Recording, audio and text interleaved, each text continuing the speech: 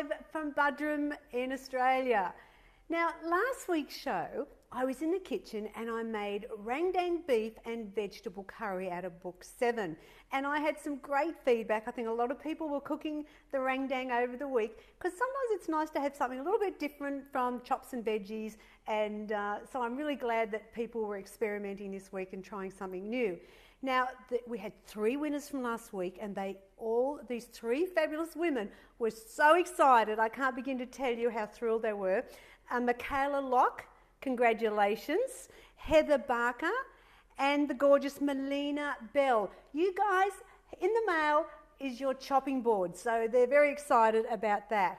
So now today's show is all about winter, and it's more about the snacking side of winter because I think it's something we really should approach and get planned and organised with as we go into these colder months. Now, over winter, we can pack on lots of weight. And I think it's because we're wearing the bigger, baggier clothes, we're indoors more, and we eat a lot more stodgier, heavy types of food. And salads and fruit are not something that we eat as much of as we do in summer. So let's look at some of the snacks that will help you keep on track, because one of the things I found when I was a big gal, you know, I once weighed 100 kilos, over winter I would eat more. I don't know whether I'm the only person that ever done that, you probably don't, but I found that at the end of winter, when those summer days came and I put on my summer outfits, some of them had shrunk, and also I was very conscious of that extra weight that I'd gained. So there was a few tears as we went into the summer months from what I'd done over winter. I don't want you to go through that. So let's make winter the time when you become wow. And that's how you're going to do it. You're going to plan ahead and think about what are the good strategies to take into these cold months. Now, let's go straight to the snacking because that's what I want to really focus on today. Now, when you think of fruit, I go, boring, winter, yeah, bananas, apples, oranges, mandarins, that's it. But, you know, we do get some of the American fruits over, but then they can be a little bit expensive, like the cherries. But what I do in the winter months, this is when I rely on some other things, and I don't tend to do it that much in summer. And that's where I use the tinned fruits. Now, I always get the, the natural juice, and I think that they just give you that little bit of flexibility if you're looking for some fruit. Now, 3/4 of a cup of canned fruit is equal to 1 piece of fruit, so that's not too bad. The other thing I love to do is I get the pineapple and I heat it up in the microwave, put some low-fat custard over it, a sprinkle of nutmeg. Hello? I mean, you could say that's a great dessert, but why can't it be an afternoon snack? Absolutely, because, there's no sugar added into the pineapple. The other thing I really love to make in winter is in book 5, and it's my stuffed baked apple. And it is delicious. And, I make normally maybe half a dozen of them, and then I just have one a day in the afternoon. I really enjoy having it about 3 or 4 o'clock. I don't know, what's your time when you look at it and go, afternoon tea time? Because I try not to eat too heavy as in the evening, and so I prefer to have a snack in the afternoon and something like that. Sometimes we think of desserts as desserts, but they can actually be a great afternoon snack. So be careful with your fruit because, you really want to eat some fresh fruit as well because of the fibre and the low calorie. Now, the other thing that's fantastic that everybody seems to think about as only a breakfast, and that's cereal. Now, cereal is fantastic as an afternoon snack, but on a cold winter afternoon, why not make up some porridge? Now, the best way to do that is in a measure cup. You do 1/3 a cup of oats, 2/3 a cup of water in the microwave for a couple of minutes, and you've got porridge.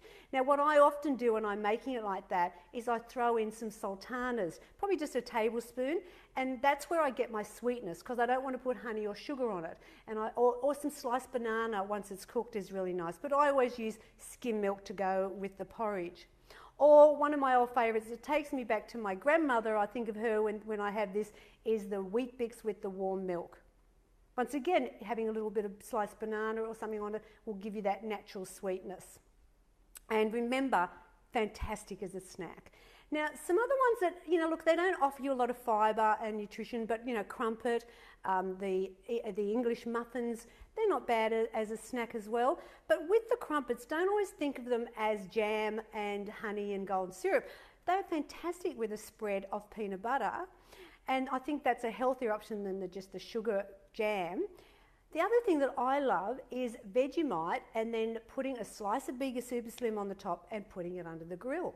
Yes, I love it. And the other thing you can do is even sliced tomato on your crumpet. Why not?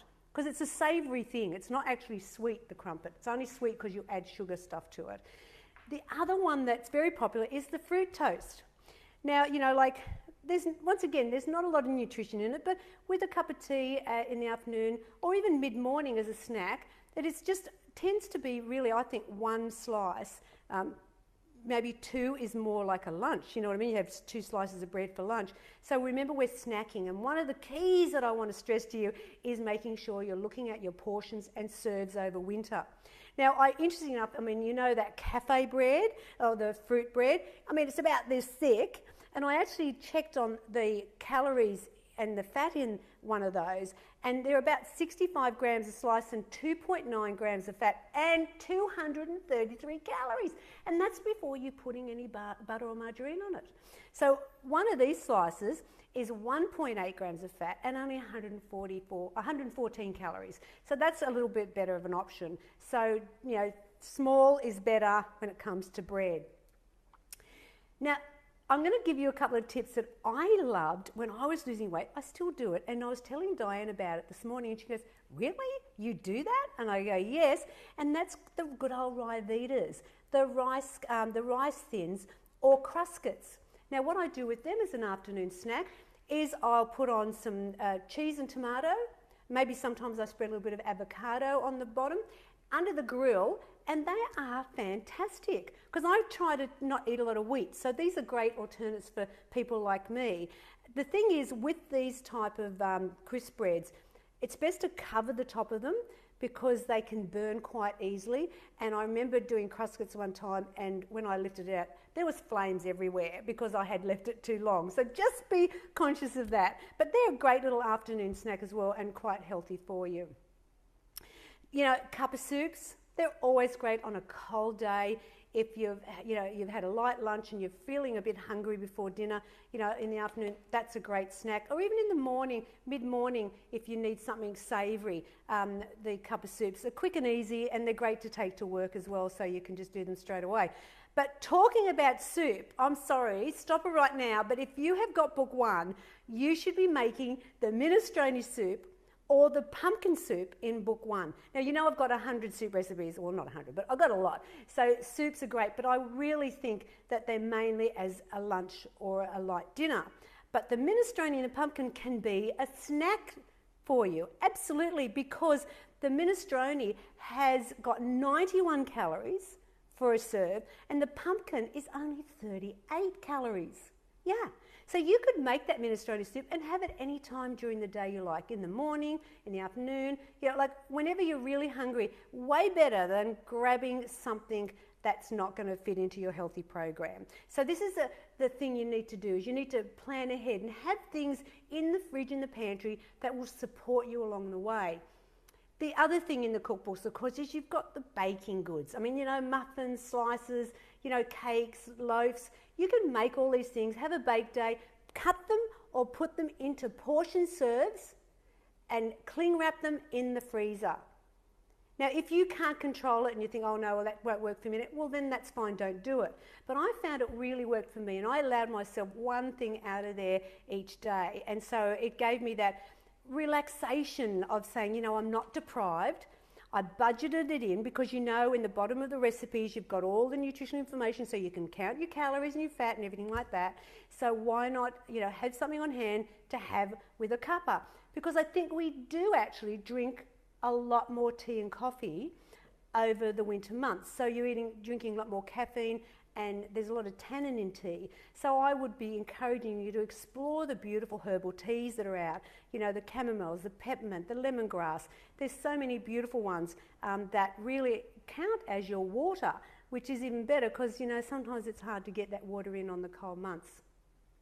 The key is portion control, and I think that this is what's important. So like here, for example, I've got some little bags of popcorn. They're fantastic for when you want that little snack, or have it in your bag when you're out and about so you've got something.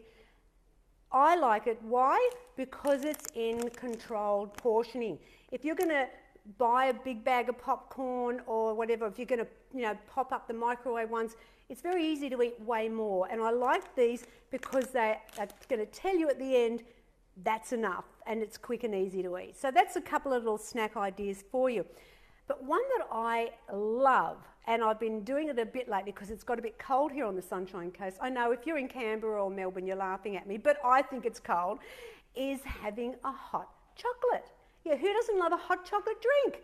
Of course, I love it. But what I'm going to demonstrate to you, and you may not have realised, but my Wicked chocolate shake is fabulous, made as a hot chocolate drink. So I'm going to show you how to do it.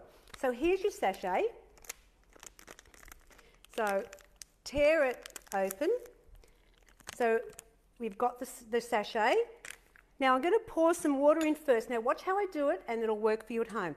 So you put your hot water in. I actually boiled this just before we started, so you can see it's very hot. Now you get your sachet, pour it in.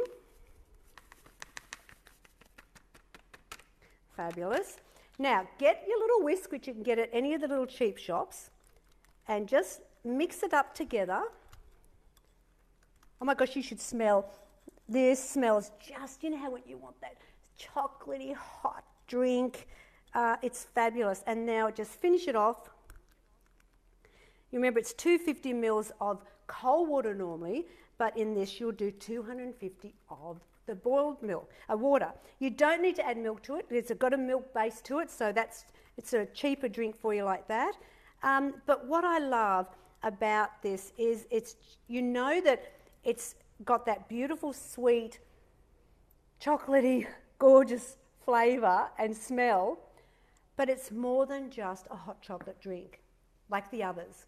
If you have this in the afternoon because you're just hangry and you know it's ages before dinner, or after dinner when you're just pacing and you want more food, this will really help you beyond belief over winter because of the protein and the fibre, which is 15 grams, 7 grams of fibre. It's amazing. Put it together.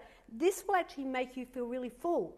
So it will save you from searching around for unhealthy snacks and extra food that you probably don't need. So that's just how you make the chocolate shake. Now, I've also made it with the vanilla, with the hot water, and I've put a little bit of cinnamon in it, and it was yum. And also the coffee, because, you know, it's like a milky coffee. So if you've got the shakes, come on, get your boiled water out, and there you go. So 1.8 grams of fat, and I think it's 158 calories, something like 159 calories. So it really can fit in well to your program. Now, the other thing my last thing I want to suggest to you before we finish up is my winter ebook, Winter Warmer ebook. Now, it's out now.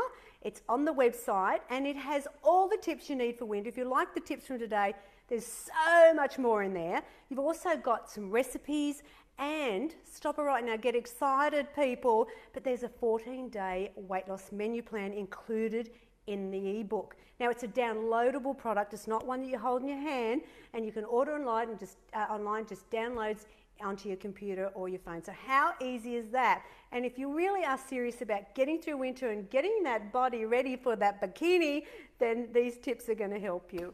So what am I going to give away this week? Let me think about it. I know I've got 2 gifts. Hello, not 1, but 2. This is what the winner chicken dinners for this week are. You can get one of the just released 2018 Healthy Snack Bible. How perfect for over winter to look at those snacks. This is it. Be prepared, be knowledgeable, and you'll be fabulous. And of course, I wanted to give you also the weight loss journal. It's an 8-week journal, so that'll get you over those really tricky months coming up, and you can write down as you go. I mean, who knew weight loss could be so deliciously healthy? It's amazing, isn't it? So before we finish, you need to know what you've got to do to win these prizes. I'm going to pick 3 gorgeous people, and you're going to like, share, and then in the comments, you know what you got to do by now, guys. Hashtag simply number 2 good. Remember the 2 and the Y, and then I'll just randomly pick 3 fabulous people. And I think, who doesn't want this for going into winter?